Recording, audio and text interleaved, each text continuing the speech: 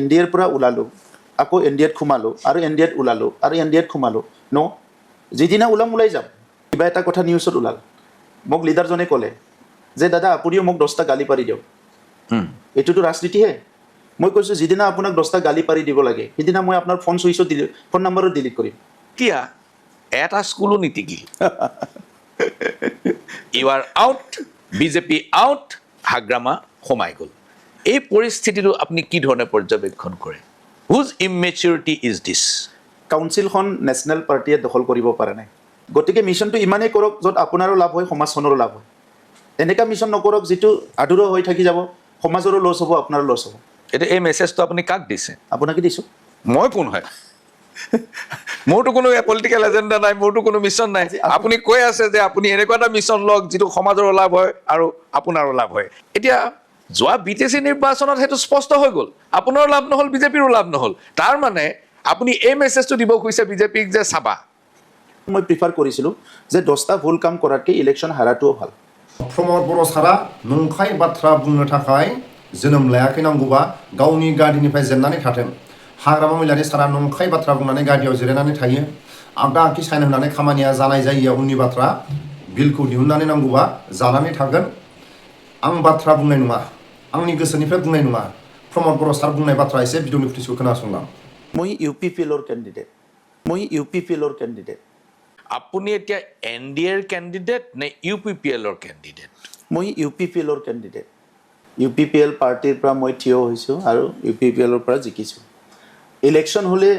দেখা গ'ল হয় কাৰ পৰা ভোট লাগে কাৰ পৰা নালাগে তেতিয়া হয়তো এটা সিদ্ধান্ত ল'ব লগা হ'ল হয় কিন্তু ইলেকশ্যন নহ'ল যেতিয়া আমি UPPL হিচাপে আমাৰ মনোনয়ন পত্ৰ দাখিল কৰিছোঁ জিকিছোঁ গতিকে UPPLৰ কেণ্ডিডেট हाग्रामा महिलारि सारा मालाबाबो फासयनानै थाया आगदा आगखि साइन होनानै नांगौबा खामानिया जा दाजा फैसा लागोन नंखाय बाथ्रा बुंनो मालाबाबो फासयनानै थाया हाग्रामा महिलारि सारा प्रमद बर' बुंनाय राव आं बुंनाय बाथ्रा नङा प्रमद बर'आ मालाबाबो समाजखौ नंखाय बाथ्रा बुंनो गावनि आंगो लोगोफोरखौ जायखिजाया BTCआव थानाय बा आसामाव थानाय इन्डियाआव थानाय जेसेबां जनजातिफोरखौ नंखाय बाथ्रा बुंनो जोनोम लायाखै नांगौबा गाव गादिनिफ्राय जेननानै थागोन प्रमद बर' सारा NDFBफोरखौल' थगायदों गावनि आंगो लोगोफोरखौल' थगायदों गेदेरमा रायजो राजाफोरखौल' थगायदों भिडिअनि फुटेजखौ एसे खोनासंलां हाग्रामा महिलारि सार बायदि प्रमद बर'आ नङा आं बुंनाय बाथ्रा नङा प्रमद बर' सारा बुंदों हाग्रामा महिलारि सारा खामानिया मावनाय मावै जानाय जायिनि खोथा गैया आगदा आगखि साइन होनानै नांगौबा बिलखौ दिहुनगोन आरो नंखाय बाथ्रा बुंनानै नांगौबा गादियाव थागोन प्रमद बर'आ बायदि नंखाय बुंनानै बेबायदि खामानि मावग्रा नङा गावजों एखे लोगो लेखा गोरोंफ्रा जायफोर दुलाराय बर' फरायसा आफादनि सोमावसारनो बाहागो लानाय नंखाय बुंनानै माखासे गोरों गोराफोरखौ बैसो थांगार होबाय जायफोर NDFBफोरखौ नंखाय बुंनानै आन्दाय होबाय गेदेरमा रायजो राजाफोरखौ नंखाय बुंनानै प्रमद बर'आ आन्दाय होबाय प्रमद बर'नि बुंनाय बाथ्राखौ एसे खोनासंलां हाग्रामा महिलारि सारा खामानि जानाय जायिया उननि बाथ्रा आगदा आगखि साइन होनानै फैसा लाग्रा हाग्रामा महिलारि सारा प्रमद बर'नि बुंनाय बाथ्राखौ एसे खोनासंलां হাগ্ৰামা মহিলাৰ হাতত এনেকুৱা কি অস্ত্ৰ আছিল যিটোৱে সংখ্যালঘু আৰু অনাবৰো ভোট তেওঁৰ ফাললৈ আনিবলৈ সক্ষম হ'ল চাওক তেখেতে যেনেকৈ কথাবিলাক কয় আমি তেনেকুৱা নকওঁ তেখেতে বহুত মিছা কথাও ক'ব পাৰে তেখেতে নোহোৱা কথা এটাটোকো কৈ দিব পাৰে যে যিটো কাম কৰিবও নোৱাৰে সেইটোকো তেখেতে কৈ দিব পাৰে চ' যি কথাবিলাক আমি নকওঁ আমি ভাবোঁ যে এইটো কথাটো কৈতো লাভ নাই এইটো কৰিব নোৱাৰে কিন্তু তেখেতে এইটো কৈ দিব যে মই এইটো কৰিম তো তেনেকুৱা বিভিন্ন কাম তেখেতে কৰিব পাৰে যিটো আমি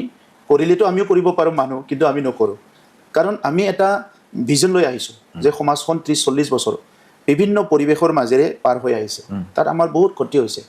তো আজিৰ সময়ত ৰাজনৈতিক ক্ষমতাৰ কাৰণে 10টা মিছা কথা কৈ 10টা নালাগা কথাবিলাক কৈ পেলাই ৰাজনীতি কৰাতকৈ সমাজখনটো আকৌ ভুগিব লাগিব ইয়াতকৈ লাহে লাহে যাওঁ আৰু সেই সময়ত মই প্ৰিফাৰ কৰিছিলোঁ যে 10টা ভুল কাম কৰাতকৈ ইলেকশ্যন হাৰাটোও ভাল আচ্ছা এটা বৰ গুৰুত্বপূৰ্ণ কথা ক'লে যে 10টা ভুল কাম কৰাতকৈ ইলেকশ্যন হৰাটোও ভাল ৰাজনৈতিক সিদ্ধান্তটো এইটো হ'ব নোৱাৰে লাগিলে ভুলেই হওক কিন্তু ইলেকশ্যন জিকিব লাগিব মই তাত নাই মই 10টা ভুল কাম কৰি মানুহক কষ্ট দিয়াতকৈ মইতো ইলেকশ্যন হাৰাটোৱে ভাল পাওঁ আৰু সেই সময়ত মই কৈছিলোঁ যেতিয়া চেণ্ডিকেটৰ মানুহবিলাক গৈছিলে গুৱাহাটীৰ পৰা কৰবাৰ পৰা সদায় যায় যে আজি গৰু পাৰ কৰিব লাগে কালি কিবা পাৰ কৰিব লাগে কালি মদ পাৰ কৰিব লাগে 10 কোটি দিম 20 কোটি দিম মই তেতিয়া কৈছিলোঁ যে মই ইয়াত গেং বনাবলৈ অহা নাই মই ছাত্ৰ সংগঠনৰ পৰা আহিছোঁ মহাত্মা গান্ধীৰ আদৰ্শ ষ্টাডি কৰিছোঁ চ' সমাজ এখন পৰিৱৰ্তন কৰিব লাগিলে ইয়াৰ ফাউণ্ডেশ্যনটো ষ্ট্ৰং কৰিব লাগিব আৰু যদি ময়ো আহি মদ ভাং জুৱা চিণ্ডিকেট এইবিলাক কালচাৰে কৰোঁ ইজি মানি তেতিয়াতো আৰু ইয়াত আহি লাভ নাই তো আগৰে ভাল আছিলে চ' সেই সময়ত মোক বহুত মানুহে বেয়া পাইছিলে আৰু আপুনিতো জানে চেণ্ডিকেটৰ লগত বহুত ডাঙৰ ডাঙৰ মানুহ জড়িত থাকে এইটো চক্ৰবিলাক বহুত ডাঙৰ হয় তো তেতিয়া মই লাহে লাহেকৈ গম পাইছিলোঁ যে ক'ৰবাত নহয় ক'ৰবাত মোৰ কাৰণে ইয়াৰ বহুত এটা ডাঙৰ এটা প্ৰব্লেম বা ফেচ কৰিব লগা হ'ব পাৰে চ' তেনেকৈ আহি এটা সময়ত দেখা পালোঁ তাত কণ্ট্ৰেক্টৰবিলাক আছিলে দি কণ্ট্ৰেক্টৰবিলাক ভুৱা বিল ওলাব বিচাৰে কোটি কোটি টকাৰ মানে ভুৱা বিলবিলাক আছিলে চ' এইবিলাক চব লগ লাগি গ'ল ইফালে আমাৰ মহিলাৰী ডাঙৰীয়াৰ ৰাজনীতি সেইটোতো অলপ বেলেগ ধৰণৰ হয় তাত মানে মিটিঙত ভাষণ যদি দিয়ে 10 মিনিট তাত তামচা কৰে 9 মিনিট তো তেনেকুৱাই চলি থাকে তো আমিতো আৰু এই সমাজখন তেনেকুৱা লৈ যাব নোৱাৰোঁ আজি ছায়েন্স টেকন'লজি ইমান আগুৱাই গ'ল AI আহি গ'ল অৰ্থনীতিটো ইমান চেলেঞ্জিং হৈছে এইখিনি সময়ত আপুনি ইমান তামচা কিবা কিবি কৰি ৰাজনীতি কৰি তাত যোগ কৰি পেলাই আমিতো এইবিলাক নোৱাৰোঁ তো সেইকাৰণে আমাৰ এনেকুৱা হৈছে আৰু এতিয়াও আমি সমাজক সঁচা পিকচাৰটো আমি দেখাই আছোঁ যে আজি ভাৰতবৰ্ষ উন্নয়ন ক'ত ক'ত হৈছে অসমৰ উন্নয়ন ক'ত ক'ত হৈছে GDP কোনফালে গৈ আছে আমাৰ পাৰ্টিকুলাৰলি 5টা ডিষ্ট্ৰিক্টত কি হৈ আছে চ' এই কথাবিলাক আমি বুজি পাইছোঁ তো সেইকাৰণে মই 26টা জনগোষ্ঠীক লৈ ভিজন ডকুমেণ্ট বনাইছিলোঁ সকলো জনগোষ্ঠীৰ সংস্কৃতিবিলাক আপুনি ক্ষুদ্ৰ এটা জনগোষ্ঠী কিন্তু সি ভাৰতৰ নেটিভ এটা জনগোষ্ঠী হয় তো এই জনগোষ্ঠীৰ সংস্কৃতিটো কেন্দ্ৰ চৰকাৰ আৰু ৰাজ্য চৰকাৰক গুৰুত্ব দিয়া নাই কাউন্সিলত মই ইয়াৰ সংস্কৃতিটো কেলেণ্ডাৰত অনা আৰম্ভ কৰিছোঁ যিবিলাক ৰিকগনাইজ লেংগুৱেজ নহয় সেই লেংগুৱেজবিলাকো 18টা লেংগুৱেজটো মই ডকুমেণ্টেশ্যন কৰাৰ কাৰণে ডিক্সনাৰী ওলাইছোঁ চ' বহুত কাম কৰিছোঁ যি কামবিলাক আজি হয়তো বুজি পোৱা নাই পিছত বুজি পাব গতিকে আজি এটা চাম আছে ইজি মানি লাগে এনেকৈ কথা ক'লে ভাল পায় টি কাম কৰিলে ভাল পায় লেফ্ট ৰাইট চাইন কৰিব লাগে পইচা থাকক নাথাকক ফাণ্ডত এইকাৰণে 3000 কোটি টকা তেখেতসকলে ধাৰ কৰি থৈ গ'ল আমি 300 কোটি টকা জমা থৈ আহিছোঁ চৰকাৰৰ তেনেকুৱা একো নাই থাৰ্ড পষ্টটো 3টা খালী হৈছে ইয়াৰে 1 নম্বৰ 2 নম্বৰ পোষ্ট যিয়ে নহওক তাত মেজৰিটি আছে 3 নম্বৰটো হয়তো নিজিকিবও পাৰে তেনেকুৱা এটা অংক আছিলে তো আমি এতিয়ালৈকে NDAত আছোঁ আৰু NDAত থকা হিচাপে আমিও টাৰ্গেট কৰিব পাৰোঁ কাৰণ আমাৰ 7জন MLA আছে তো প্ৰপ'জৰ কাৰণে 10জনে লাগে তো আমি টাৰ্গেট কৰিব পাৰোঁ তেনেকুৱা কৰি চিন্তা কৰা হ'ল তো দলৰ মজিয়াত আলোচনা হ'ল তো দলৰ পৰা সিদ্ধান্ত হ'ল যে মনোনয়ন পত্ৰ দিয়া যাওক ইলেকশ্যন হ'লে দেখা যাব যদি ভোটটো কম হয় এটা ছাইডত আন ছাইডৰ পৰাও ৰিকুৱেষ্ট কৰিব পৰা যায় যদি কেণ্ডিডেট নিদিয়ে চ' তেনেকুৱা ভাবি পেলাই মনোনয়ন পত্ৰটো দিয়া হ'ল কিন্তু ইলেকশ্যন নহ'ল তো কোনো মনোনয়ন পত্ৰ দাখিল নকৰিলে অপজিশ্যনৰ পৰা তো সেইকাৰণে আনকণ্টেষ্ট জিকি গ'ল 3জন কেণ্ডিডেট কিন্তু মন্ত্ৰী হ'ব কিবা হ'ব তেনেকুৱা একো প্ৰপ'জেল নাই আৰু তেনেকুৱা আলোচনাও হোৱা নাই আৰু ৰাজ্যৰ ৰাজনীতি এৰি যোৱা বা কাউন্সিলৰ ৰাজনীতি এৰি যোৱা তেনেকুৱাও প্ৰশ্ন নাই স্ক'পটো পালে ল'ব লাগে আৰু কাম শিকিব লাগে ৰাজনীতি কৰা মানুহবিলাক যদি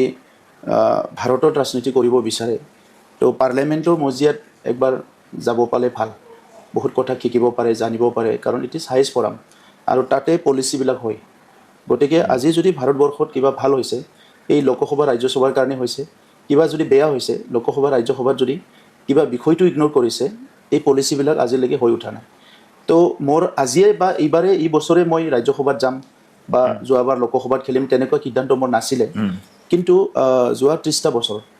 যে সংগ্ৰাম কৰি থকা সময়ত নিজৰ বড়ো জনগোষ্ঠীৰ কথাবিলাক যেতিয়া পাতি আছিলোঁ তেতিয়া কেতিয়াবা অলপ হতাশো হৈছিলোঁ কাৰণ বহুত আমি ভাবোঁ যে এইবিলাক বহুত জেনুইন বিষয় আমাৰ ভাষাৰে হওক সংস্কৃতিৰে হওক বা ছ'চিয়েল ইছ্যুছেই হওক কালচাৰেল ইছ্যুৱেই হওক এই ইছ্যুবিলাক পাৰ্লিয়ামেণ্টত বহুত সময় ডিছকাশ্যন কৰা বা পলিচি লোৱাটো দেখা নাই ইয়াৰ পিছত যেতিয়া অসমৰ বিভিন্ন জনগোষ্ঠী উত্তৰ পূৰ্বাঞ্চলৰ বিভিন্ন জনগোষ্ঠী বা ভাৰতবৰ্ষৰ বিভিন্ন জনগোষ্ঠী আছে হাজাৰো সংখ্যাত যি জনগোষ্ঠীবিলাকৰ কেতিয়াও ৰিপ্ৰেজেণ্টেশ্যন পোৱা নাই আৰু সেই সকলোৰ কথাবিলাক কেতিয়াও শুনাবলৈ মানে সুযোগ পোৱা নাই তো গতিকে মোৰ এটা ইচ্ছা আছিলে যে তেনেকুৱা যদি স্ক'প পোৱা যায় ভাৰতৰ তেনেকুৱা পিছপৰা জনগোষ্ঠীবিলাক যিবিলাক মই জানো এই জনগোষ্ঠীবিলাকৰ কথাবিলাকো ক'ব পাৰিম আৰু নেশ্যনেল পলিচিত ক'ত ভাল হৈছে ক'ত বেয়া হৈছে এইবিলাকত অলপ যদি অপিনিয়নটো দিব পৰা যায় বা জনমত এটা গঠন কৰিব পৰা যায় কিবা নহয় কিবা লাভ হ'ব নহ'লে even after 78 years of independence still মানে পিপলছ মানে মানুহবিলাকে ইগন'ৰ ফিল কৰি আছে ফিলিং ইগন'ৰ প্ৰমোদ বড়ো ডাঙৰীয়া আপোনাৰ দলৰ বিধায়ক আছিলে 7জন আৰু আপোনাক প্ৰস্তাৱ কৰিলে 10জনে কাৰণ ন্যূনতম 10জন লাগিবই প্ৰস্তাৱ কৰিবলৈ হ'লে দুটা মই ফৰ্ম ফিল আপ কৰিছোঁ ইয়াত 20জন চাইন কৰিছে AGPৰ পৰা আমাৰ UPPL ৰ পৰা আৰু অইন মানে বিধায়কসকল যাক আমি লগ পালোঁ ৰিকুৱেষ্ট কৰিলোঁ তেখেতসকলে চাইন কৰিছে কিন্তু 3জন UDFৰ বিধায়কে আপোনাক প্ৰস্তাৱ কৰিছিল তেখেতসকলক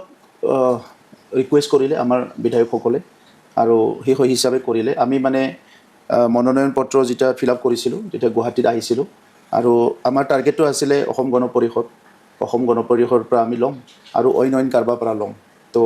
আমাৰ বিধায়কসকলে লগ পাই সুধিলে যে আপোনালোকে প্ৰপ'জাৰ হ'ব পাৰে নেকি আপোনালোকৰ যদি কেণ্ডিডেট নাই তো তেনেকুৱাই প্ৰপ'জাৰ হ'লে কোনোবা তেনেকুৱা কিন্তু আপুনি NDAত থাকি UDFৰ বিধায়কৰ সমৰ্থন লোৱাটো বহুত আলোচনা আৰু চৰ্চালৈ আহিছে এই প্ৰসংগত কি কয় চাওক NDAত থাকি লোৱা বুলি কথা নাই বিধায়কসকলেতো দিব পাৰে তাত কোনো এনেকুৱা ডিমাৰ্কেশ্যন নাই কি আপুনি ইফালে পাৰ হ'ব নোৱাৰে আৰু আমিতো সদায় অলপ মানে সেকুলাৰ মনোভাৱ লৈ অলপ উদাৰ মনোভাৱ লৈ কাম কৰোঁ তো NDAত কোনোবা দলৰ তেনেকুৱা এটা ৰিজিড আইডিঅলজি বা ৰিজিড এটা চিন্তা থাকিব পাৰে আমাৰ নাই NDAত থকা চবেই মানে কলা হ'ব বা ৰঙা হ'ব তেনেকুৱা নহয় NDAত বগাও থাকিব পাৰে ব্লুও থাকিব পাৰে চ' আমাৰ UPPLৰ চিন্তাটো হ'ল আমি উই আৰ ভেৰি সেকুলাৰ আৰু চব জাতি জনগোষ্ঠীক এটা উদাৰ মনোভাৱ লৈ আমি কাম কৰোঁ আমি যি অঞ্চলৰ পৰা আহিছোঁ এইটো ভেৰি চেনজিটিভ এৰিয়া হয় তো সেইকাৰণে সেই অঞ্চলত সকলো জাতি জনগোষ্ঠীক আঁকোৱালি ল'ব পৰা একচেপ্ট কৰিব পৰা অনাৰ কৰিব পৰা আমাৰ মনোভাৱ সদায় থাকিব লাগিব তো সেইকাৰণে সেইখিনি সময়লৈকে আমাক প্ৰপ'জাৰ হিচাপে চাইন লাগে আমি চাইন লৈছোঁ তাৰপিছত আৰু কি হ'ব আগত কি হ'ব সেইটোতো আৰু দেখা যাব আপুনি এই যে ৰাজ্যসভালৈ ওলাল আৰু ৰাজ্যসভাৰ প্ৰাৰ্থিত্বত আপুনি নিৰ্বাচন নোহোৱাকৈ জয়লাভ কৰিলে আপুনি এতিয়া NDAৰ কেণ্ডিডেট নে UPPLৰ কেণ্ডিডেট মই UPPLৰ কেণ্ডিডেট UPPL পাৰ্টিৰ পৰা মই থিয় হৈছোঁ আৰু UPPLৰ পৰা জিকিছোঁ ইলেকশ্যন হ'লে দেখা গ'ল হয় কাৰ পৰা ভোট লাগে কাৰ পৰা নালাগে তেতিয়া হয়তো এটা সিদ্ধান্ত ল'ব লগা হ'ল হয় কিন্তু ইলেকশ্যন নহ'ল যেতিয়া আমি UPPL হিচাপে আমাৰ মনোনয়ন পত্ৰ দাখিল কৰিছোঁ জিকিছোঁ গতিকে UPPLৰ কেণ্ডিডেট আপোনাৰ দল এটা ধৰ্মনিৰপেক্ষ দল আৰু আপোনাৰ দলৰ আদৰ্শ ধৰ্মনিৰপেক্ষতা কিন্তু NDAত সকলো সময়তে ধৰ্মনিৰপেক্ষতাটো বজাই ৰখাটো সম্ভৱ নহয় ৰাজ্য চৰকাৰৰ অন্তিমখন কেবিনেটে বৰপেটা থকা মেডিকেল কলেজখনৰ নাম আছিলে ফখৰুদ্দিন আলি আহমেদৰ নামত সেইখন কেবিনেটত সিদ্ধান্ত লৈ নামটো সলনি কৰি ফখৰুদ্দিন আলি আহমেদৰ নামটো তাৰ পৰা উৎখাত কৰি বৰপেটা মেডিকেল কলেজ কৰিলে এতিয়া NDAৰ অংশীদাৰ হিচাপে আপুনি এই সিদ্ধান্তটোক কেনেকুৱা ধৰণে গ্ৰহণ কৰিছে মই তামোলপুৰত যেতিয়া মেডিকেল কলেজ হৈছে তেতিয়া মই প্ৰপ'জ কৰিছিলোঁ নাম যে তামোলপুৰৰ মেডিকেল কলেজৰ নাম থাকিব লাগে কোকৰাঝাৰত যেতিয়া মেডিকেল কলেজ হ'ল তেতিয়াও আমি প্ৰপ'জ কৰিছিলোঁ যে সেইটো আমাৰ কোনোবা এজন বড়ো লিডাৰৰ নামত বা কোনোবা বড়ো আগৰ স্বনামধন্য ব্যক্তিৰ নামত হ'ব যিকি নহওক এজন তেনেকুৱা ৰেছপেক্টেড পাৰ্চনৰ নামত দিব লাগে তেতিয়া মুখ্যমন্ত্ৰীয়ে ক'লে যে মেডিকেল কলেজবিলাক কাৰো নাম দিয়া নাই তো গতিকে এইটো নামটো নেদাই ভাল নেকি নহ'লে ইও বিচাৰিব হয়তো তেনেকুৱা এটা কিবা পলিচি লৈ পেলাই এইটো কৰিছে চাগে কাৰণ মই আগতে যিহেতু জানো এইকাৰণে মই আপোনাক কৈছোঁ আচ্ছা আপোনাৰ দল এটা ধৰ্মনিৰপেক্ষ দল আৰু আপুনি শেহতীয়া BTC নিৰ্বাচনৰ যদিও অলপ দিন হৈ গ'ল কিন্তু মই প্ৰথমবাৰৰ কাৰণে পাইছোঁ BTC নিৰ্বাচনৰ পিছত গতিকে BTC নিৰ্বাচন প্ৰসংগটো নিশ্চয় মই আপোনাক সুধিব লাগিব BTC নিৰ্বাচনত আপুনি ভোটিং যিটো পেটাৰ্ণ এই ভোটিং পেটাৰ্ণটোত আপোনাৰ চকুৰ সন্মুখত আছে আপুনি দেখিছে বিজেপি দলে আপোনাৰ লগত মিত্ৰজোঁটত আবদ্ধ নহ'ল BPF দলৰ লগত কি বুজাবুজি হ'ল নহ'ল মই নকওঁ কিন্তু আপোনাৰ লগত নহ'ল আৰু সকলোৱে নিজা নিজা ধৰণে নিৰ্বাচনত অৱতীৰ্ণ হ'ল যাৰ ফলত বিজেপিও লাভৱান নহ'ল UPPLও লাভৱান নহ'ল এই গোটেই অংকটোক আপুনি কি ধৰণে গ্ৰহণ কৰিছে চাওক বিজেপিৰ নিজৰ এজেণ্ডা আছে যোৱা নিৰ্বাচনত মোৰ এনেকুৱা লাগিছে কি বিজেপিয়ে BTCখন দখল কৰিব চেষ্টা কৰিছিলে যোৱা নিৰ্বাচনত আৰু নহ'লেও তেখেতসকলে তাত বিগ ব্ৰাদাৰ এটা ভূমিকা এটা ল'ব বিচাৰিছিলে আৰু সেই এজেণ্ডা লৈ তেখেতসকলে কাম কৰিছিলে আৰু আপুনি যদি সেই সময়ৰ ষ্টেটমেণ্টবিলাক চাই দেখিবলৈ পাব যে কোনোবাই কেতিয়াবা কৈছে আমি 20খন খেলিম কেতিয়াবা কৈছে 40খন খেলিম 30খন খেলিম চ' তেনেকুৱা এটা চিন্তা লৈ তেখেতসকলে আছিলে BPF-এ তেখেতসকলে হৈ এই সময়তো হ'ব পাৰে বিজেপিৰ লগতো আলোচনা কৰিছে আমি নাজানাকৈ বা ক'ৰবাত আমিও অলপ চলপ শুনিছিলোঁ আৰু বিজেপিৰ কিছুমান ব্যক্তিয়ে may not be state president বা CM কোনোবা অলৰেডি BPF-ৰ লগত লিংকত আছিলে আমি শুনামতে তো তেনেকুৱা কিছুমান কথা তাত চলিছে কিন্তু আমাক বিজেপিৰ লগত থকা বুলি NDAৰ লগত থকা বুলি BPF-এ মাইনৰিটি ভোটটো লোৱাত বহুত সহজ হৈছিলে আৰু তেখেতসকলে সেইটোকে বেছিকৈ গুৰুত্ব দিছিলে যে যিহেতু UPPL NDAৰ লগত আছে এই ইলেকশ্যনটো বেলেগে বেলেগে খেলিছে যদিও NDAৰ লগত আছে আৰু সেইকাৰণে তেখেতসকলে ক'লে যে আমি NDA বিৰোধী মুখ্যমন্ত্ৰীৰ বিৰোধী তেনেকুৱা বিভিন্ন কথা কৈ পেলাই মাইনৰিটিৰ ভোটটো লৈ পেলাই তেখেতসকলে জিকিছে কিন্তু UPPL হিচাপে আমাৰ ভোটৰ পাৰ্চেণ্টটো কমা নাই আমি 2020ৰ পৰা প্ৰত্যেকটো নিৰ্বাচনটো এনালাইচিছ কৰিছোঁ 2020ত আমি যেতিয়া 12খন আসন পাইছিলোঁ তেতিয়া টোটেল ভোটৰ আমি 25% পাইছিলোঁ 21ত যেতিয়া MLA ইলেকশ্যন হ'ল তেতিয়া আমি পালোঁ টোটেল ভোটৰ 29%। তাৰপিছত যেতিয়া 24ত MP ইলেকশ্যন হ'ল তেতিয়া আমি পালোঁ 30%, 1% আৰু বাঢ়িল। এইবাৰ নিৰ্বাচন যিটো 25 হৈ গ'ল তাত আমি 31% পাইছোঁ, 1% আৰু বাঢ়িল কিন্তু BPF পাৰ্লিয়ামেণ্ট ইলেকশ্যনত আমাৰ এনালাইচিছত 28% ভোট পাইছিলে কিন্তু এই ইলেকশ্যনত তেখেতসকলে প্ৰায় 5-6% আমাৰ পৰা এব পাই গ'ল আৰু সেইটো মাইনৰিটি ভোট। এই যে সংখ্যালঘু ভোট 5 বছৰ আপুনি BTC শাসন কৰিলে আপোনাৰ সংখ্যালঘু ৰাজ্যৰ লগত সম্পৰ্কটো খুবেই ভাল আছিল। আমি যিটো দেখিছোঁ অনাবৰো মানুহৰ লগত আপোনাৰ সম্পৰ্কটো কেতিয়াও বিচ্ছিন্ন হোৱা নাছিল বা বিচ্ছিন্ন হোৱা নাছিল কিন্তু তৎসত্ত্বেও হাগ্ৰামা মহিলাৰ হাতত এনেকুৱা কি অস্ত্ৰ আছিল যিটোৱে সংখ্যালঘু আৰু অনাবৰো ভোট তেওঁৰ ফাললৈ আনিবলৈ সক্ষম হ'ল? চাওক তেখেতে যেনেকৈ কথাবিলাক কয় আমি তেনেকুৱা নকওঁ। তেখেতে বহুত মিছা কথাও ক'ব পাৰে, তেখেতে নোহোৱা কথা এটাটোকো কৈ দিব পাৰে যে যিটো কাম কৰিবও নোৱাৰে সেইটোকো তেখেতে কৈ দিব পাৰে। চ' যি কথাবিলাক আমি নকওঁ, আমি ভাবোঁ যে এইটো কথাটো কৈতো লাভ নাই, এইটো কৰিব নোৱাৰে কিন্তু তেখেতে এইটো কৈ দিব যে মই এইটো কৰিম। তো তেনেকুৱা বিভিন্ন কাম তেখেতে কৰিব পাৰে যিটো আমি কৰিলেতো আমিও কৰিব পাৰোঁ মানুহ, কিন্তু আমি নকৰোঁ কাৰণ আমি এটা ভিজন লৈ আহিছোঁ যে সমাজখন 30-40 বছৰ বিভিন্ন পৰিৱেশৰ মাজেৰে পাৰ হৈ আহিছে, তাত আমাৰ বহুত ক্ষতি হৈছে। তো আজিৰ সময়ত ৰাজনীতিক ক্ষমতাৰ কাৰণে 10টা মিছা কথা কৈ 10টা নালাগা কথাবিলাক কৈ পেলাই ৰাজনীতি কৰাতকৈ সমাজখনটো আকৌ ভুগিব লাগিব, ইয়াতকৈ লাহে লাহে যাওঁ। আৰু সেই সময়ত মই প্ৰিফাৰ কৰিছিলোঁ যে 10টা ভুল কাম কৰাতকৈ ইলেকশ্যন হাৰাটোও ভাল। আচ্ছা, এইটো বৰ গুৰুত্বপূৰ্ণ কথা ক'লে যে 10টা ভুল কাম কৰাতকৈ ইলেকশ্যন হৰাটোও ভাল। ৰাজনৈতিক সিদ্ধান্তটো এইটো হ'ব নোৱাৰে, লাগিলে ভুলেই হওক কিন্তু ইলেকশ্যন জিকিব লাগিব। মই তাত নাই মই 10টা ভুল কাম কৰি মানুহক কষ্ট দিয়াতকৈ মইতো ইলেকশ্যন হাৰাটোৱে ভাল পাওঁ। আৰু সেই সময়ত মই কৈছিলোঁ যেতিয়া চেণ্ডিকেটৰ মানুহবিলাক গৈছিলে গুৱাহাটীৰ পৰা কৰবাৰ পৰা সদায় যায় যে আজি গৰু পাৰ কৰিব লাগে, কালি কিবা পাৰ কৰিব লাগে, কালি মদ পাৰ কৰিব লাগে, 10 কোটি দিম 20 কোটি দিম। মই তেতিয়া কৈছিলোঁ যে মই ইয়াত গেং বনাবলৈ অহা নাই, মই ছাত্ৰ সংগঠনৰ পৰা আহিছোঁ, মহাত্মা গান্ধীৰ আদৰ্শ ষ্টাডি কৰিছোঁ। চ' সমাজ এখন পৰিৱৰ্তন কৰিব লাগিলে ইয়াৰ ফাউণ্ডেশ্যনটো ষ্ট্ৰং কৰিব লাগিব। আৰু যদি ময়ো আহি মদ ভাং জুৱা চিণ্ডিকেট এইবিলাক কালচাৰে কৰোঁ ইজি মানি, তেতিয়াতো আৰু ইয়াত আহি লাভ নাই, তো আগৰে ভাল আছিলে। চ' সেই সময়ত মোক বহুত মানুহে বেয়া পাইছিলে। আৰু আপুনিতো জানে চেণ্ডিকেটৰ লগত বহুত ডাঙৰ ডাঙৰ মানুহ জড়িত থাকে, এইটো চক্ৰবিলাক বহুত ডাঙৰ হয়। তো তেতিয়া মই লাহে লাহেকৈ গম পাইছিলোঁ যে ক'ৰবাত নহয় ক'ৰবাত মোৰ কাৰণে ইয়াৰ বহুত এটা ডাঙৰ এটা প্ৰব্লেম বা ফেচ কৰিব লগা হ'ব পাৰে। চ' তেনেকৈ আহি এটা সময়ত দেখা পালোঁ তাত কণ্ট্ৰেক্টৰবিলাক আছিলে, যি কণ্ট্ৰেক্টৰবিলাক ভুৱা বিল ওলাব বিচাৰে, কোটি কোটি টকাৰ মানে ভুৱা বিলবিলাক আছিলে। চ' এইবিলাক চব লগ লাগি গ'ল। ইফালে আমাৰ মহিলাৰী ডাঙৰীয়াৰ ৰাজনীতি সেইটোতো অলপ বেলেগ ধৰণৰ হয়, তাত মানে মিটিঙত ভাষণ যদি দিয়ে 10 মিনিট তাত তামচা কৰে 9 মিনিট, তো তেনেকুৱাই চলি থাকে। তো আমিতো আৰু এই সমাজখন তেনেকুৱা লৈ যাব নোৱাৰোঁ। আজি ছায়েন্স টেকন'লজি ইমান আগুৱাই গ'ল, AI আহি গ'ল, অৰ্থনীতিটো ইমান চেলেঞ্জিং হৈছে, এইখিনি সময়ত আপুনি ইমান তামচা কিবা কিবি কৰি ৰাজনীতি কৰি তাত যোগ কৰি পেলাই আমিতো এইবিলাক নোৱাৰোঁ। তো সেইকাৰণে আমাৰ এনেকুৱা হৈছে। আৰু এতিয়াও আমি সমাজক সঁচা পিকচাৰটো আমি দেখাই আছোঁ যে আজি ভাৰতবৰ্ষৰ উন্নয়ন ক'ত ক'ত হৈছে, অসমৰ উন্নয়ন ক'ত ক'ত হৈছে, GDP কোনফালে গৈ আছে, আমাৰ পাৰ্টিকুলাৰলি 5টা ডিষ্ট্ৰিক্টত কি হৈ আছে। চ' এই কথাবিলাক আমি বুজি পাইছোঁ। তো সেইকাৰণে মই 26টা জনগোষ্ঠীক লৈ ভিজন ডকুমেণ্ট বনাইছিলোঁ। সকলো জনগোষ্ঠীৰ সংস্কৃতিবিলাক, আপুনি ক্ষুদ্ৰ এটা জনগোষ্ঠী কিন্তু সি ভাৰতীয় ভাৰতৰ নেটিভ এটা জনগোষ্ঠী হয়। তো এই জনগোষ্ঠীৰ সংস্কৃতিটো কেন্দ্ৰ চৰকাৰ আৰু ৰাজ্য চৰকাৰক গুৰুত্ব দিয়া নাই। কাউন্সিলত মই ইয়াৰ সংস্কৃতিটো কেলেণ্ডাৰত অনা আৰম্ভ কৰিছিলোঁ। যিবিলাক ৰিকগনাইজ লেংগুৱেজ নহয় সেই লেংগুৱেজবিলাকৰ 18টা লেংগুৱেজটো মই ডকুমেণ্টেশ্যন কৰাৰ কাৰণে ডিক্সনাৰী ওলাইছিলোঁ। চ' বহুত কাম কৰিছোঁ, যি কামবিলাক আজি হয়তো বুজি পোৱা নাই, পিছত বুজি পাব। গতিকে আজি এটা চাম আছে, ইজি মানি লাগে, এনেকুৱা কথা ক'লে ভাল পায়, যি টি কাম কৰিলে ভাল পায়, লেফ্ট ৰাইট চাইন কৰিব লাগে, পইচা থাকক নাথাকক ফাণ্ডত। এইকাৰণে 3000 কোটি টকা তেখেতসকলে ধাৰ কৰি থৈ গ'ল। আমি 300 কোটি টকা জমা থৈ আহিছোঁ চৰকাৰত। ক্ষমতাত থকাটো নিবিচাৰাৰ বহুত কাৰণ হ'ব পাৰে। 2টা কাৰণ, এটা হ'ল আমি পলিটিক্সটো কিমান ভালকৈ বুজি পাইছোঁ, আৰু ছেকেণ্ড কথাটো আপুনি কোৱাটো কনস্পিৰেচি, কোনোবা থাকিব বিচৰা নাই মানে ষড়যন্ত্ৰ কৰিছে। তো আমাৰ ক্ষেত্ৰত আমাৰ মেক্সিমাম আমাৰ টিমত নিউ কামাৰ আছিলে পলিটিক্সত। চ' EM বিলাক নতুন মানুহ, MCLA নতুন,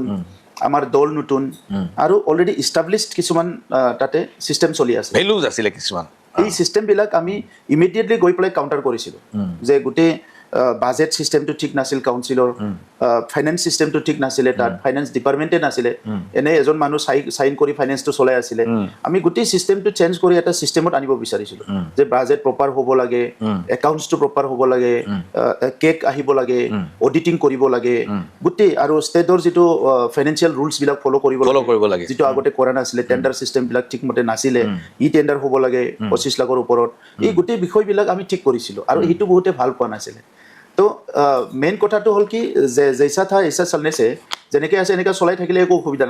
নাছিলে আৰু আনপিনেদি আগৰ সময়ত BPF-এ খুটা কম্বল ৰাজনীতি কৰিছিলে আমি বন্ধ কৰিলোঁ যে মানুহ এজনক কম্বল 150 টকাৰ দি পেলাই ঠগাতকৈ আমি তাক 5,000 টকা দিয়া আৰম্ভ কৰিছিলোঁ যে ষ্টুডেণ্টক 5,000 ৰোগীসকলক 5,000 কিন্তু 150 টকা হ'লে 5,000টো আপুনি 10জনক দিব পাৰিব আমিতো এজনকহে দিব পাৰিছোঁ সংখ্যাটো কমি আহিল ইফালে আমি লাইভলিহুড মিছনবিলাক বনালোঁ যাতে ইকনমিটো ছাষ্টেইন হ'ব পাৰে এডুকেশ্যনত বহুত বেছি পইচা খৰচ কৰিলোঁ স্কুলবিলাক ৰিপেয়াৰিং কৰিলোঁ বছৰে 30 বছৰ 35 বছৰ স্কুলবিলাকত মই গৈছোঁ টিং এটা চেঞ্জ কৰি দিয়া নাই তো সেই কামবিলাক কৰিলোঁ যিটো নেকি মানুহৰ পকেটত পইচা যোৱা নাই স্কুলখন ঠিক হৈছে কিন্তু পকেটত পইচা যোৱা নাই আৰু ক্যাশ বেনিফিট হোৱা নাই অংগনবাদী বনাইছোঁ কিন্তু পকেটত পইচা যোৱা নাই চ' এই গোটেই বিষয়বিলাক লৈ পেলাই এটা হয়তো হৈ গ'ল আমাৰ ওপৰত যে ইহঁতে থাকিলে এইটো নহ'ব এতিয়া কিন্তু চবে ক'ব বিচাৰিছে যে UPPL-এ ভাল আছিল যে মানুহে কষ্ট পোৱা নাছিল অফিচত যাই কাম কৰিব পাৰিছিলে যি কাম ভালকৈ কৰে ইয়াৰ পইচা টকা কোনো বিচৰা নাই ভালকৈ পেমেণ্টবিলাক পাইছিলে সব ছিষ্টেমটো ঠিকমতে চলি আছিলে কোনো সংঘৰ্ষ নাছিলে আকৌ এতিয়া মানে ঘৰ জ্বলিল সিদিনা আৰ্মি মোতায়েন কৰিব লগা হ'ল এই পৰিবিলাক নাছিলে ছেক্ৰেটাৰিয়েটত ৰাতি 1 বজালৈকে যাই পেলাই মানুহে ইভিনিং ৱাক কৰিছিলে এতিয়াতো পুৰা ব্ৰেকেট লগাই থৈছে তালা মাৰি একদম এই সময়ত মানুহ সেলফি তুলিবলৈ গৈছিলে ছেক্ৰেটাৰিয়েটত চ' কোকৰাঝাৰখন একদম 24 আৱাৰ একদম পিচফুল এটা পৰিৱেশ আছিলে এতিয়া আকৌ ভয় এতিয়া কাকবা চুৰি মাৰে ডেগাৰ মাৰে কাকবা ৰাতি গাড়ী দি আৱৰি ধৰে বিভিন্ন কামবিলাক চ' তেনেকুৱা পৰিৱেশবিলাক চাই পেলাই মানুহে কৈছে এতিয়া যে UPPL-এ ঠিক আছিলে তো সেইকাৰণে আমাৰ যিটো ইলেকশ্যন হাৰাৰ যিটো পৰিৱেশ এইটো সম্পূৰ্ণ বেলেগ আৰু আমি যিটো এক্সাম্পল বনাব বিচাৰিছিলোঁ আমি যিটো এটা লিগেচি ছেট কৰিব বিচাৰিছোঁ এইটো এটা বেলেগ পৰিৱেশ আৰু এতিয়া BPF-ৰ কাৰণে বা 17 বছৰ তেখেতৰ আমাৰ 5 বছৰ এই 5 বছৰত আমি যিবিলাক এক্সাম্পল বনাই থৈ আহিলোঁ ইয়াৰ লগত কাউণ্টাৰ কৰা তেখেতসকলৰ যথেষ্ট দিগদাৰ হৈছে কষ্ট হ'ব প্ৰমোদ বড়ো ডাঙৰীয়া যেতিয়া BPF ক্ষমতাৰ পৰা গ'ল আপোনাৰ চৰকাৰ আহিল আৰু বৰ্তমানৰ চৰকাৰখন তেতিয়াও আহিবলৈ বাকী তেনেকুৱা এটা পৰিৱেশত বৰ্তমানৰ মুখ্যমন্ত্ৰী ডাঙৰীয়া তেতিয়া বিত্তমন্ত্ৰী আছিল আৰু মোৰ এটা সাক্ষাৎকাৰত তেখেতে কৈছিল যে হাগ্ৰামা মহিলাৰ বিৰুদ্ধে ভয়ংকৰ ধৰণৰ CAG ৰিপৰ্ট আছে যিটো আমি ক্ষমতালৈ আহি এইবাৰ নিৰ্বাচনৰ পিছত আমি তদন্ত কৰি তেখেতক আমি যিকোনো মুহূৰ্তত কাৰাগাৰত নিক্ষেপ কৰিম 5 বছৰ গুচি গ'ল সেই CAG ৰিপৰ্টটো কোনো নেদেখিলে তাৰ ওপৰত তদন্ত নহ'ল হাগ্ৰামা মহিলাৰ কাৰাগাৰত যোৱাটো দূৰৰে কথা তেওঁৰ লগত তেওঁ এতিয়া NDAৰ অংশীদাৰ হ'ল এই গোটেই ঘটনাটো আপোনাৰ চকুৰ আগত ঘটিল আপুনি 5 বছৰ মুখ্য কাৰ্যবাহী হৈ থাকিল আপোনাৰ এতিয়া মনত কেনেকুৱা লাগে চাওক পলিটিকেল গোটেই পলিটিক্সটো আপুনি খুব ভালকৈ বুজি পায় কাৰণ আপুনি ডিকেডছ আফটাৰ ডিকেডছ পলিটিক্সটো এনালাইচিছ কৰিছে ৰিপৰ্টিং কৰিছে লিখিছে ক্ৰিটিচাইজ কৰিছে সব তথ্য আপোনাৰ আছে নহয় কিন্তু আপুনি মোতকৈ ভালকৈ বুজি পায় কাৰণ আপুনি ভিতৰত আছে নাই মইতো প্ৰেক্টিকেলি মই 5 বছৰ পালোঁ হয় তো তাত এনেকুৱা হ'ল CAG ৰিপৰ্ট যিটো আপুনি দেখা নাপালোঁ বুলি কৈছে CAG ৰিপৰ্টটো আপোনাক মই দি দিম হয় আছে সব CAG ৰিপৰ্ট আছে আৰু CAG ৰিপৰ্টত এই এনামলিছবিলাক এটা লিখা আছে হয় যে ক'ত সেইবোৰ ভয়ংকৰ এনামলিছ ক'ত কেতিয়া এনামলিছ কৰিছিলে কি কৰিছিলে কিন্তু ষ্টেটছৰ এনি ষ্টেটৰ এগেইনষ্টত যিবিলাক কেছ কৰে কোনোবা CBI কৰক কোনোবা NIA কৰক কোনোবা কিবা কৰক এইবিলাক একশ্যনটো নহয় বহুত টাইম লাগে অলপ বিৰোধী দল হ'লে বা বিৰোধী চৰকাৰ হ'লে অলপ সোনকালে হৈ যাব কিন্তু নৰ্মেলি এইটো নহয় তো সেইকাৰণে আজি কাউন্সিলখনটো আৰু ক্ষুদ্ৰ এই কাউন্সিলক লৈ পেলাই যি টি পলিটিক্স চলি থাকে কাউন্সিলবিলাকক লৈ এনি কাউন্সিল তো সেইকাৰণে কাউন্সিলত ইমানো মানে মেণ্ডেট নাই যিটো নেকি আপুনি কিবা এটা কাউন্সিলে নিজাববীয়াকৈ তদন্ত কৰিব নোৱাৰে তো এতিয়া কথা হ'ল যে এই যে 17 বছৰ যিবিলাক এনামলিছবিলাক যি ফাইনেন্সিয়েল যিবিলাক মিছ এপ্ৰপ্ৰিয়েশ্যন এই কথাবিলাক পূৰা লিখিত আছে আৰু মই নিজে এটা ফাইনেন্স যিটো ফাৰ্ম আছিলে নেশ্যনেল লেভেলৰ অল ইণ্ডিয়া লেভেলৰ এটা PSU আছিলে তেখেতসকলৰ দ্বাৰা অডিট কৰাইছোঁ নিটকন বুলি আৰু মোৰ তাত চব ডকুমেণ্টো আছে যে 2900 কৰোৰৰ ইমান 100 কৰোৰ ক'ত হ'ল ক'ত গ'ল ক'ত নগ'ল চব কথা মোৰ তাত আছে তো গতিকে এতিয়া পলিটিকেলি সেই সময়ত তেখেতসকলে কিয় নল'লে এইটো তেখেতসকলৰ কথা মোৰ তৰফৰ পৰা মই বহুত টাইম ৰিকুৱেষ্টো কৰিছিলোঁ যে ইয়াৰ ওপৰত তদন্ত হ'ব লাগে অকল এইটোৱে নহয় অকল ফাইনেন্সিয়েলটো নহয় আৰু বেলেগ বেলেগ কেছো আছিলে তাতে আৰ্মছৰ কেছ ইটো কেছ বহুত কেছ আছিলে এই কেছবিলাক মানে এটা সময়ত ষ্টিমিত হৈ গ'ল ঠাণ্ডা হৈ গ'ল গতিকে আজি কিছুমান কুৱেশ্যন আহে যে দেশ যিসকলে গঢ়িবলৈ আহিছে তেখেতসকলে কোনটো ডাইৰেকশ্যনত গৈ আছে যে ভুলবিলাক আমি লুকাই থ'ম না ভুলবিলাক আমি সদায় কাৰেকশ্যন কৰি যাওঁ বা ভুল কৰা মানুহবোৰক আকৌ ক্ষমতাত ঘূৰাই আনি আমি এই আগৰ ধৰণে চলাই যাওঁ এইকাৰণে হ'ব পাৰে কি ভগৱানে মোকো এটা স্ক'প দিছে কি মই এতিয়া এই কথাবিলাক হয়তো সদনত গৈ পেলাই ওলাব পাৰিম আৰু ময়ে এক্সাম্পল হ'ম বাট কি কয় ময়ে মানে এজন এক্সাম্পল হ'ম মানে লিভিং এক্সাম্পল কি মই এই কথাটো মই নিজে অডিট কৰিছোঁ আৰু মই আপোনাক গতাই দিছোঁ ইয়াৰ ওপৰত একশ্যন হ'ব লাগে কিন্তু প্ৰমোদ বড়ো ডাঙৰীয়া আপোনাৰ আজিৰ যিটো অৱস্থান সেই অৱস্থানটোৱে কিন্তু এই কথাটোৰ কোনো ইংগিত বহন নকৰে আপোনাৰ আজিৰ অৱস্থানটো লোকচক্ষুত এনেকুৱা যে আপোনাক ৰাজ্যৰ ৰাজনীতিৰ পৰা সম্পূৰ্ণ বিদায় দি এতিয়া হাগ্ৰামা মহিলাৰী সম্পূৰ্ণ নিষ্কণ্টক হ'ল এনেকৈ নোৱাৰে আপুনি চাওক আপোনাৰ ওপৰত নিৰ্ভৰ কৰিব আপুনি কি হ'ব বিচাৰে কি কৰিব বিচাৰে আপুনি মই ভাত খাম নে পানী খাম আপুনি কেনেকৈ সিদ্ধান্ত ল'ব ৰাজ্যসভাত যোৱা মানে এইটো এনেকৈ নহয় কি মই আমেৰিকাত চাকৰি কৰিবলৈ গ'লোঁ লোকসভাত যোৱা মানে এইটো নহয় কি সেই ক'ৰবাত বিদেশত চাকৰি কৰিবলৈ গ'ল আজিতো ৰাজ্যৰ দুইজন ষ্টেট প্ৰেচিডেণ্টে যিটো আছে নেশ্যনেল পাৰ্টীৰ সাংসদে হয় তো ময়ো এখেতসকলৰ ভিতৰত এজন হ'ম আৰু মোৰ ক্ষেত্ৰততো সৰুহে মই 5টা ডিষ্ট্ৰিক্টতে বেছি কাম কৰোঁ গতিকে মোৰ কাৰণে সেইটো বহুত ডিফিকাল্ট নহয় আপুনি যিটো প্ৰশ্ন সুধিছে যে এই কথাটো এই প্ৰশ্নটো আনিবৰ কাৰণে এই কথাবিলাক হাইলাইট কৰাৰ কাৰণে এই বিষয়বিলাক সদনত দাঙি ধৰিবৰ কাৰণে যে মই সপক্ষে থাকিম নে বিপক্ষে থাকিম এইটো হ'ল প্ৰশ্ন গতিকে মোৰ কথাটো হ'ল as a citizen of the country ভাৰতীয় মানুহ হিচাপে ভাৰতৰ নাগৰিক হিচাপে ভাৰতবৰ্ষখন ভাল হোৱাটো মই বিচাৰোঁ ৱেডাৰ মই সাংসদেই হওক বা মই সাধাৰণ মানুহে হওক ইয়াৰ লগত মেটাৰ নকৰে চ' আজিলৈকে মই জানি বুজি অলপ অধ্যয়ন কৰি যিখিনি বুজিলোঁ চ' দেশখনত যি ভাল হৈ আছে মই এইটো এপ্ৰিচিয়েট কৰিম এইটো বিজেপিৰ দিনতে হওক কংগ্ৰেছৰ দিনতে হওক যিটো বেয়া হৈছে মই এইটো ক্ৰিটিচাইজ কৰিম আৰু এই 70 বছৰীয়া যিটো আমাৰ ৰাজনীতিৰ ইতিহাস এইটো বহুত দীঘলীয়াও নহয়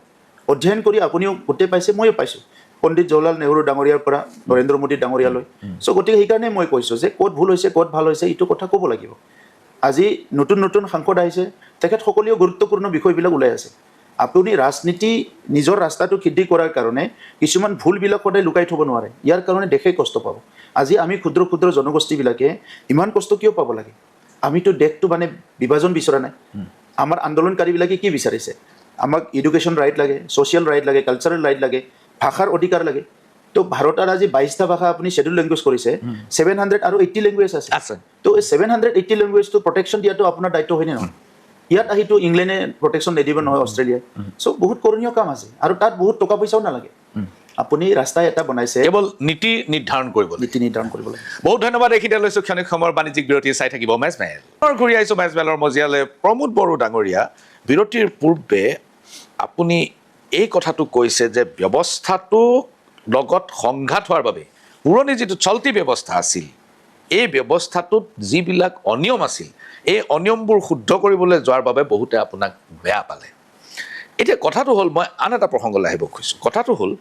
যে 87 চনৰ পৰা আমি বড়ো আন্দোলনৰ যিটো ৰূপ দেখিছিলোঁ এই গোটেই বড়ো আন্দোলনটো আৰু মোৰ সাংবাদিকতাৰ গোটেই কেৰিয়াৰটো ইটোৰ লগত সিটো পৰিপূৰক হৈ আছে মই একেবাৰে চকুৰ আগত দেখিছোঁ প্ৰত্যেকজন নেতাৰ উত্থান আৰু প্ৰত্যেকজন নেতাৰ পতন মই চকুৰ আগত দেখিছোঁ এই আন্দোলনটোৰ মূল আকাংক্ষাটো আছিল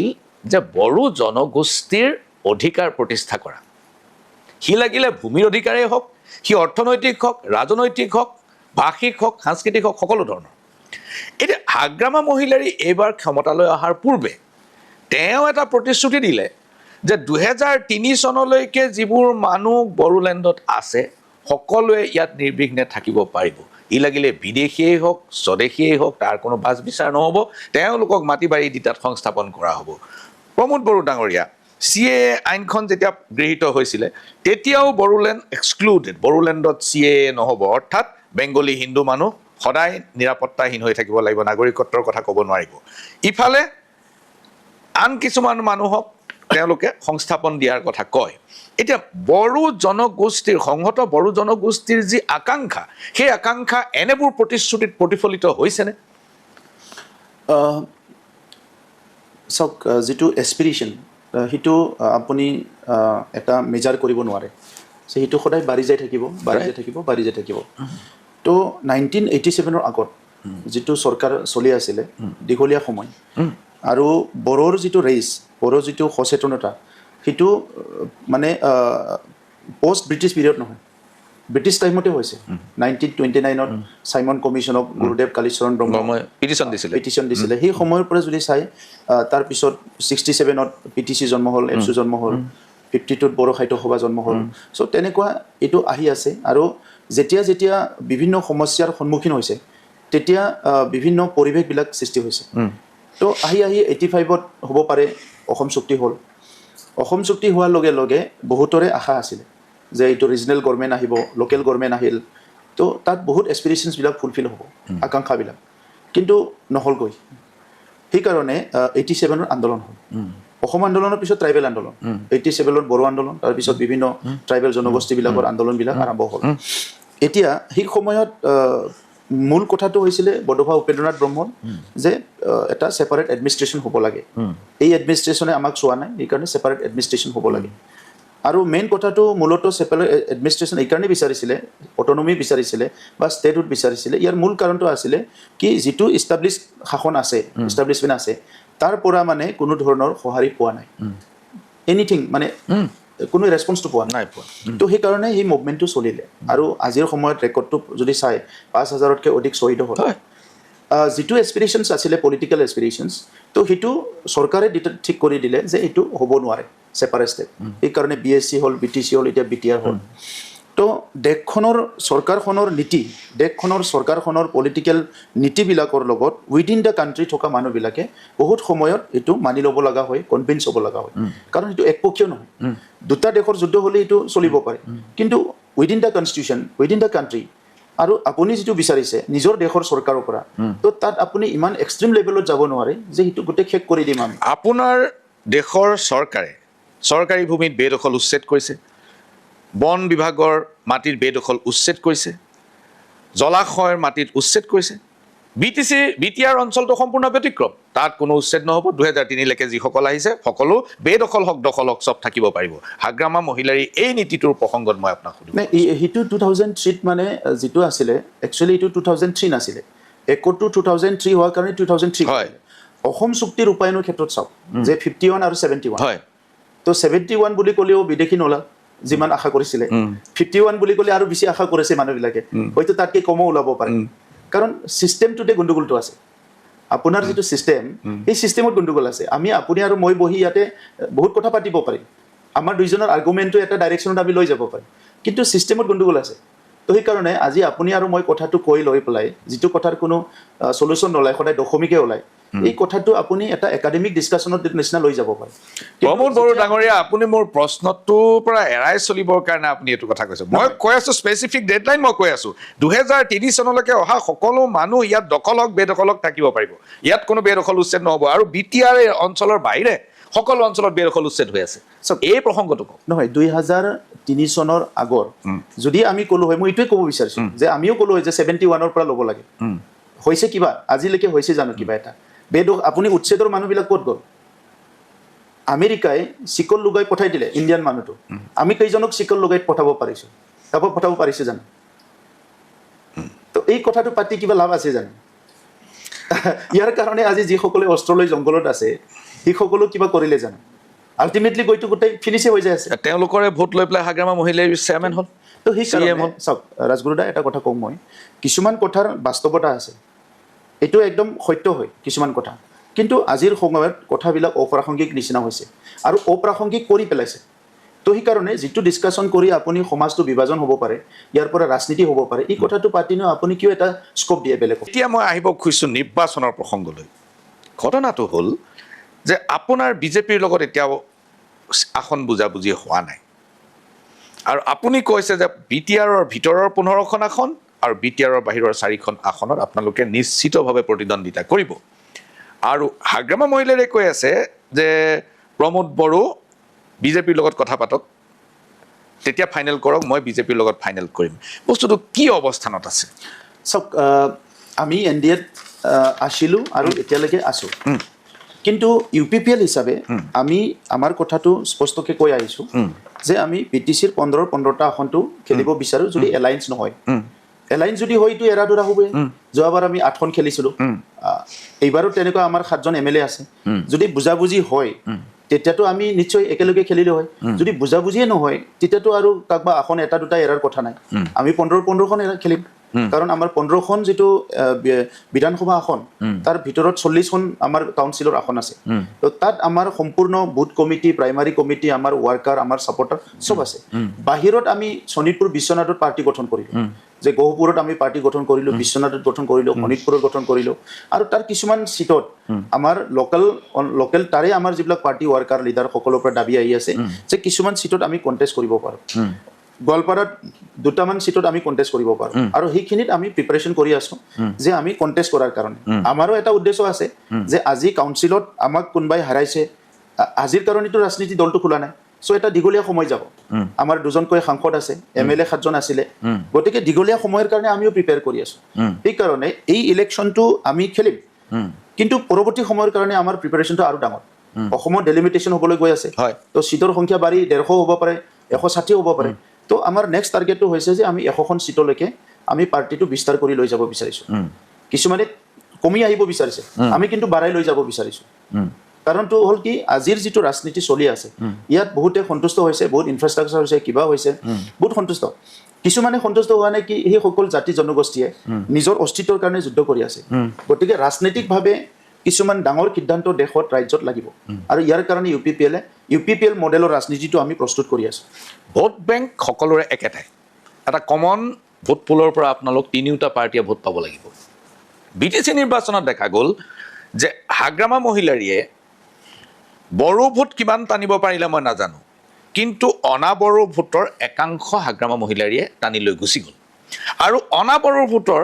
আন এটা অংশ বিজেপিয়ে লৈ গুচি গ'ল 3খন 4খন আসনত বিজেপি জিকিল কিন্তু বাকীবোৰ ভোটবোৰ নষ্ট হ'ল বিজেপিৰ হাতত থাকি গ'ল ইউপিপিএলে নাপালে বিপিএফেও নাপালে এতিয়া কথাটো হ'ল যে অনাবড়ো ভোটৰ বিভাজন হৈছে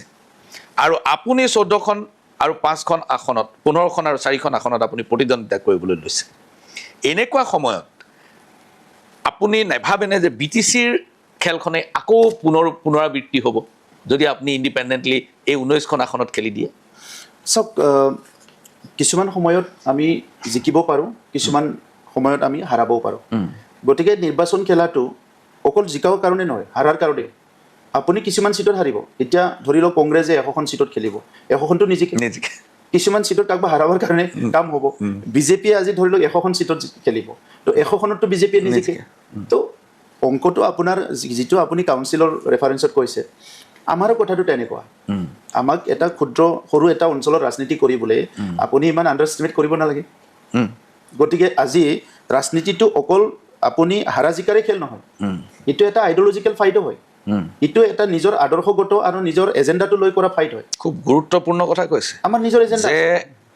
আমি ক্ষুদ্ৰ অঞ্চলত ৰাজনীতি কৰিছোঁ বুলি আপুনি আমাক আণ্ডাৰ এষ্টিমেট কৰিব নালাগে আৰু ৰাজনীতি কেৱল জিকিবলৈ ইলেকশ্যন জিকিবলৈ কৰা ৰাজনীতি নহয় হৰুৱাবলৈ কৰা ৰাজনীতিও আছে এই দুটা বৰ গুৰুত্বপূৰ্ণ কথা আপোনাৰ হিটুতে আৰু this is a message to the ruling party not only ruling opposition চবৰ কাৰণে চাওক আপুনি এটা টাৰ্গেটৰ কথাটো কৈ আছে মই চবৰ কাৰণে কৈ আছোঁ যে ৰাজনীতিটো game of possibility true so' possibility of winning possibility of defeat চব ছাইডত হ'ব পাৰে তো সেইকাৰণে ইমানো কিয় ইমান ৰিজিড হয় ইমান কঠোৰ হয়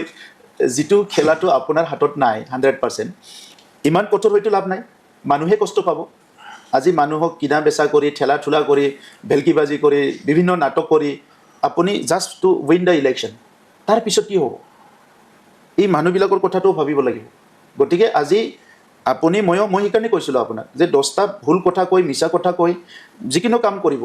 বাট what I promised, what I pledged, lie may come 1,000 times, but not through me. I don't like that kind of politics. So, only বহুত কথা ক'ব পাৰে মই আজি বিধায়ক জিকিছোঁ মই MP জিকিছোঁ MLA জিকিছোঁ মোৰ কথাই চব হ'ব লাগে ন ছ'চাইটিত আৰু বহুত মানুহ আছে তেখেতসকলৰো কিবা ভাল বেয়া চিন্তা কৰিব পৰা কেপাচিটি আছে চ' সেইকাৰণে আজি যেনেকৈ ধৰণৰ ৰাজনীতিটো গৈ আছে সেই ৰাজনীতিটো মই 100% সমৰ্থন কৰিব নোৱাৰোঁ তাত কিছুমান পৰিৱৰ্তন লাগিব আৰু সেই পৰিৱৰ্তনটোৰ কাৰণে আমি ৰাজনীতিত আহিছোঁ আৰু সেইটো এটা ষ্ট্ৰাগল হিচাপে সেইটো এটা সংগ্ৰাম হিচাপে লৈ যাম আৰু সঠিক পথত সেইটো লৈ গৈ পেলাই এটা সময়ত ৰাজনীতিটো পাৰফেক্টলি আনি পেলাই পাৰফেকশ্যন আনি পেলাই মানুহক ন্যায় দিব লাগিব বিজেপিৰ লগত আপোনাৰ আসন বুজাবুজি কেতিয়া চূড়ান্ত হ'ব 1-2 দিনত বহুত বেছি আজি আমি আমাৰ কোৰ কমিটি মিটিং বহিছোঁ আৰু তাৰপিছত আমি ইনফৰমেশ্যন দিছোঁ যে আমাক জনাব লাগে কি হ'ব কি নহয় আৰু লগে লগে আমাৰ প্ৰিপাৰেশ্যনটো আমি ৰাখিছোঁ আমি 15খন ভিতৰত 6খন বাহিৰত আমি ফুল প্ৰিপাৰেশ্যন ৰাখিছোঁ 21খন প্ৰমোদ বড়ো ডাঙৰীয়া BTR অঞ্চলৰ নিৰ্বাচনত NDAত থকাটো আপোনাৰ কাৰণে লাইবিলিটি হ'ল আপোনাৰ ভাৰী পৰিল কাৰণ যদি আপুনি NDAত নাথাকিলেহেঁতেন হাগ্ৰামা মহিলাৰীয়ে সংখ্যালঘুক চকু আপোনাৰ ফাললৈ নিবলৈ চেষ্টা কৰিব নোৱাৰিলেহেঁতেন BTC নিৰ্বাচন গ'ল আপুনি NDAত থাকি গ'ল আৰু হাগ্ৰামা মহিলাৰী এইবাৰ NDAত যোগ হ'ল এতিয়া NDAৰ জোলঙা ভাৰী আপোনাক মই আকৌ ৰিপিট কৰিছোঁ অকল নিৰ্বাচন জিকিবৰ কাৰণে মই চব কাম কৰিব নোৱাৰোঁ I am not only a politician মই একে টাইমতে মই এটা ষ্টেটছমেন হ'ব বিচাৰোঁ চ' চব কথাটো মই অনলি ফৰ উইনিং ইলেকশ্যন মই চিন্তা কৰিব নোৱাৰোঁ কিন্তু ৰাজনীতিটো সেইটোৱে তেতিয়া আমি NDAৰ পৰা ওলালোঁ আকৌ NDAত সোমালোঁ আৰু NDAত ওলালোঁ আৰু NDAত সোমালোঁ ন যিদিনা ওলাই যাম মই যোৱা বছৰ এজন লিডাৰৰ লগত তেনেকুৱাই এটা সৰু কথা কাটাকাটি হৈছিলে চ' কিবা এটা কথা নিউজত ওলাল মোক লিডাৰজনে ক'লে যে দাদা আপুনিও মোক 10টা গালি পাৰি দিয়ক এইটোতো ৰাজনীতিহে মই কৈছোঁ যিদিনা আপোনাক 10টা গালি পাৰি দিব লাগে সেইদিনা মই আপোনাৰ ফোন নাম্বাৰো ডিলিট কৰিম নাটকটো মই মোৰ হাৰ্টে এলাউ নকৰে মই আপোনাৰ লগত কিবা এটা কথা ক'ম বেলেগ এটা ভাবিম আপোনাক লগ পোৱা দিনৰ পৰাই মই ৰাজগুৰুদা বুলি কৈছোঁ চ' বেলেগত পিছত যাই পেলাই ৰাজগুৰুদা বদমাছ বুলি কোৱাটো কোনো যুক্তি নাই চ' আজি আমি ৰাজনীতি কৰোঁ বুলি নেশ্যনেল লেভেলতে হওক বা ৰিজনেল লেভেলতে 10টা তেনেকুৱা নাটক কৰাৰ কিবা প্ৰয়োজন আছে জানো সেইটো দি মাৰ্কেটখন চলাই থাকিব পাৰিব ৰিয়েল চেঞ্জটো আনিব নোৱাৰিব সমাজত বিজেপিয়ে আপোনাক খুব বিশ্বাস কৰিছিলে আৰু আপোনাৰ লগত চৰকাৰ কৰিবৰ কাৰণে আপোনাৰ চৰকাৰ ক্ষমতালৈ আনিবৰ কাৰণে হাগ্ৰামা মহিলাক পৰিত্যাগ কৰিছিলে বিজেপিৰ ভিতৰত BTC নিৰ্বাচনৰ পূৰ্বে দুটা ধৰণৰ ধাৰণা আছিলে এটা ধাৰণা মতে প্ৰমোদ বড়োক সন্মুখত দিব লাগে আমি কম সিটত অংশগ্ৰহণ কৰিব লাগে আৰু আমি চৰকাৰখন পাৰিলে নিয়ন্ত্ৰণত ৰাখিব লাগে ইটো স্কুল আছিলে যে আমি বেছি সংখ্যক আসন লওঁ আৰু প্ৰমোদ বড়োৰ অভিভাৱক হৈ আমি থাকোঁ এতিয়া এটা স্কুলো নীতিগিল you are out BJP out Hagrama সোমাই গ'ল এই পৰিস্থিতিটো আপুনি কি ধৰণে পৰ্যবেক্ষণ কৰে হুজ ইমেচিউৰিটি ইজ দিছ কাউন্সিলখন নেশ্যনেল পাৰ্টীয়ে দখল কৰিব পৰা নাই আজিলৈকে পৰা নাই ডেটছ অল স্থানীয় মানুহে নিদিয়ে যেতিয়া বিজেপি আউট হ'ল আমি বিজেপি নহয় BPF আউট হ'ল আমি ইন হ'লোঁ আমাৰ হাতত দখল থাকিল এইবাৰ আমি আউট হ'লোঁ BPF ইন হ'ল মিনছ বাকী কাউন্সিলটো যেনেকৈ নেশ্যনেল পাৰ্টীয়ে দখল কৰিছে BTCটো পৰা নাই কিন্তু প্ৰমোদ বড়ো ডাঙৰীয়া আপুনি দেখি আছে সমগ্ৰ ভাৰতবৰ্ষ জুৰি দেখি আছে যে কেনেকৈ বিজেপিয়ে এই সৰু সৰু আঞ্চলিক শক্তিসমূহক লাহে লাহে লাহে লাহে গ্ৰাস কৰি আনিছে আজি আপুনি কি গ্যাৰাণ্টি দি ক'ব পাৰিব কাৰণ বড়ো সমাজত উলম্ব বিভাজন এফালে হাগ্ৰামা মহিলাৰী এফালে প্ৰমোদ বড়ো আৰু মাজত বিজেপি বড়ো সমাজ বিভাজন নহয় বড়ো নেতৃত্ব বিভাজন বড়ো ৰাজনীতি বিভাজন বড়ো সমাজ বিভাজন নহয় গতিকে যেতিয়াই বড়োৰ প্ৰয়োজন হৈছে বড়ো সমাজখন এক হৈছে আৰু আপুনি গোটেই আন্দোলনটো চাওক যেতিয়া এপছু আন্দোলন আছিলে সকলো বড়ো জনগোষ্ঠী এপছুৰ লগত আছিল যেতিয়া NDFB আন্দোলন হৈছে চব NDFB লগত পিক টাইমত আহিছে BLTৰ আন্দোলন BLTক ছাপোৰ্ট কৰিছে PTCৰ আন্দোলনত PTCক ছাপোৰ্ট কৰিছে মানে বড়ো সমাজখন কেতিয়াও বিভাজন হোৱা নাই ৰাজনীতিটো বিভাজন হৈছে এই ৰাজনীতিটোতে বিজেপিয়ে গোটেই আপোনালোকৰ পলিটিকেল এণ্টিটিবোৰ সত্তাবোৰ একেবাৰে নিঃশেষ কৰি পেলাব হ'ব পাৰে এইটো মিছন বিজেপি নহয় চবৰো মিছন হ'ব পাৰে যে এইটো নিক্ষেপ কৰিব লাগে কিন্তু চাওক আপুনি ভাবা মতে চব কাম নহয় নহ'লে পৃথিৱীতটো মানুহে কিবা কৰি পেলালেহেঁতেন আপুনি চব কথা ভাবিব পাৰে কিন্তু আপোনাৰ ভাবা কথাটো 100% নহয় এইকাৰণে লাষ্টত গৈ পেলাই ভগৱানক মানিব লগা হয় কিছুমান বেলেগ কথাটোত মানে অলৌকিক শক্তিবিলাকক মানিব লগা হয় গতিকে আজি আপুনি বহুত এক্সপেৰিমেণ্ট কৰিব পাৰে বহুত এটেম্প কৰিব পাৰে কিন্তু 100% আপুনি সফল হ'ব বুলি ক'ব নোৱাৰে আপোনাৰ শৰীৰটো কেইদিন ভালে থাকিব মই কেইদিন ভালে থাকিম আপুনি এটা মিছনত ওলাইছে কালি আপুনি জ্বৰ হৈ দুদিন বহি থাকিলে মিছনটোতো ফেইল গতিকে মিছনটো ইমানেই কৰক য'ত আপোনাৰো লাভ হয় সমাজখনৰো লাভ হয় এনেকুৱা মিছন নকৰক যিটো আধৰুৱা হৈ থাকি যাব সমাজৰো লছ হ'ব আপোনাৰো লছ হ'ব এতিয়া এই মেছেজটো আপুনি কাক দিছে আপোনাকে দিছোঁ মই কোন হয় মোৰতো কোনো পলিটিকেল এজেণ্ডা নাই মোৰতো কোনো মিছন নাই আপুনি কৈ আছে যে আপুনি এনেকুৱা এটা মিছন লওক যিটো সমাজৰো লাভ হয় আৰু আপোনাৰো লাভ হয় এতিয়া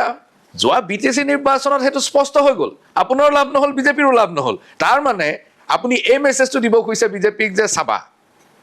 সমাজৰো লাভ হ'ব লাগিব বিজেপিৰো লাভ হ'ব লাগিব এই ধৰণৰ মেছেজ এটা আপুনি বিজেপিক দিব খুজিছে চাওক মই বিজেপিক দিব বিচৰা নাই আপোনাৰ লগত ডিছকাছ কৰি আছোঁ মই আপোনাকে কৈ আছোঁ কথাটো মোৰ কি মিছন আছে মেছেজটো কোনে কোনে লৈ লওক আপোনাৰতো ডাঙৰ মিছন আছে এইকাৰণে মোৰ লগত ডিছকাছ কৰি আছে সমাজকতো আপুনি কিবা এটা দিব বিচাৰিছে এনেটো কৰা নাই আপুনি মই ৰাজ্যসভাৰ নৱনিৰ্বাচিত প্ৰতিনিধিজনক সমাজক আকৌ এবাৰ মনত পেলাই দিব খুজিছোঁ যে এজন মানুহে বহুত প্ৰশ্নৰ উত্তৰ আগতে দিছে আজিও মই প্ৰশ্ন কৰিম আৰু সেইকাৰণে 2900 কোটি টকীয়া কেলেংকাৰীটো মোৰ সদায় মনত থাকিব আৰু আজিও আপোনাক মই সেই প্ৰশ্নটো তুলিলোঁ এতিয়া আপুনি কি ধৰণে মিছনটো ল'ব আপোনাৰো লাভ হ'ব সমাজৰো লাভ হ'ব চাওক UPPL দল 2015 চনত যেতিয়া গঠন হ'ল UG ব্ৰহ্ম ডাঙৰীয়া সেই সময়ৰ বড়োলেণ্ডৰ অৱস্থাটো বহুত বেয়া আছিল গণতান্ত্ৰিক পৰিৱেশ এটা নাছিলে মানুহ মুক্ত মনেৰে কথা ক'ব নোৱাৰে ইভেন ঘূৰা ফুৰা কৰিবলৈ ভয় কৰে তো তেনেকুৱা এটা পৰিৱেশ আছিলে হত্যা হিংসা বন্দুক বাৰুদ গোষ্ঠীগত সংঘৰ্ষ বড়োলেণ্ডত তো ইয়াৰ পৰা সমাজখন কেনেকৈ ওলাই আনিব পাৰে ওলাই আনিব বোলা কোৱাৰ লগে লগে দুটা কথা আহিব এটা হওক যিটো ট্ৰমা মানসিক এটা চাপ ইয়াৰ পৰা উদ্ধাৰ কৰিব লাগিব ছেকেণ্ড কথা এক্টৰবিলাক যিবিলাকে এই এক্টিংবিলাক এই এক্টবিলাক কৰি আছে ইহঁতক মাৰ্জিনালাইজ কৰিব লাগিব চ' এই উদ্দেশ্যৰে কাম কৰি সেই সময়ত যিটো শান্তি চুক্তি হৈ আছিলে মানে আলোচনা হৈ আছিলে সেইটো সম্পূৰ্ণ সমৰ্থন কৰি 2020ত শান্তি চুক্তি কৰা হ'ল শান্তি চুক্তি কৰাৰ পিছত 5 বছৰ আমি চৰকাৰলৈ আহিলোঁ সেই সময়ত আমি যিমান কেপাচিটি আছে ফুল চেষ্টা কৰিলোঁ যে জনগোষ্ঠীৰ মাজত যিখিনি যিখিনি জখম হৈছে সেইটো শেষ কৰিব লাগে কাকবা চৰি কৈ কাকবা থেংক ইউ কৈ ৰিকনচিলিয়েশ্যন এটা প্ৰচেছ ফুল ৰিকনচিলিয়েশ্যন প্ৰচেছটো আমি আৰম্ভ কৰিলোঁ আৰু এইখিনিত আমি সফলো হ'লোঁ এতিয়া আমাৰ এজেণ্ডাটো হৈছে যে UPPL হিচাপে আমি বহুত কাম কৰিব লৈছিলোঁ শিক্ষাৰ ক্ষেত্ৰত বিভিন্ন ক্ষেত্ৰত এটা ক্ষুদ্ৰ অঞ্চলত যিখিনি কৰিব পাৰে তো এই কামখিনি কৰি আছিলোঁ এই সময়ত চৰকাৰ ইলেকশ্যন হ'ল আমি চৰকাৰটো লুজ কৰিলোঁ চ' এতিয়া আমাৰ কিছুমান মেম্বাৰ আছে কাউন্সিলত MLA ইলেকশ্যন আহিলে এইটো কণ্টেষ্ট কৰিব লাগিব আৰু দলটো আগলৈ লৈ যাব লাগিব কাৰণ আমাৰ মিছন আছে ভিজন আছে আমি যি কামটো কৰিবলৈ লৈছোঁ এই কামটো না বিজেপি কৰিব না কংগ্ৰেছ কৰিব না BPF কৰিব তেখেতসকলটো নাজানে আমি কি কৰিব বিচাৰিছোঁ আৰু তেখেতসকলে যি কামটো কৰি আছে তেখেতসকলৰ কাৰণে এইটো 100% ভাল হ'ব পাৰে কিন্তু কিছুমান কাম আমি ছাপোৰ্ট কৰিব নোৱাৰে এই কাৰণে আজি ভাৰতত মাল্টি পাৰ্টি চিষ্টেম হৈছে যে বেলেগ বেলেগ দল আহিছে এটাই মুকক ভাল নাপায় এটা আইডিঅলজি ভাল নাপায় এটা কাৰোবাৰ এজেণ্ডা ভাল নাপায় বেলেগ বেলেগ দল আহিছে আমিও ঠিক তেনেধৰণৰ যে আমাৰ কথাটো হ'ল not only to counter any political party but to carry আমাৰ ওন এজেণ্ডাটো কেৰি কৰি লৈ যাই পেলাই এটা সুস্থ সমাজ ভাল সমাজ গঢ়িব লাগে যিটো নেকি আজি পৃথিৱীখনত